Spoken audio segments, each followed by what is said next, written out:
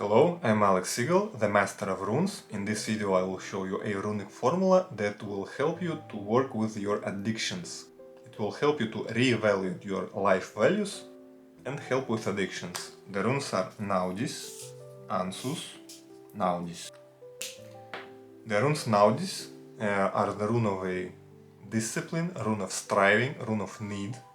A rune of Ansus is the rune of the mental layer of your being, rune of your thoughts, rune of your speech, and overall rune of your understanding of what is going on with yourself.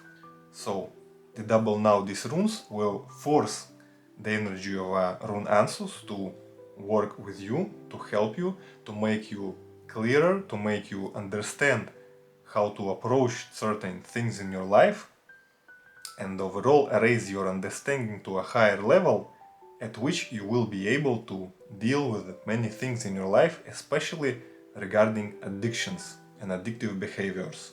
It will also force you to re-evaluate your life values. To use this rune formula, you can draw it on the left side of your body, or you can create a runic amulet and activate it with a simple ritual that I teach on my free course. Thank you for your attention and I wish you the best of luck.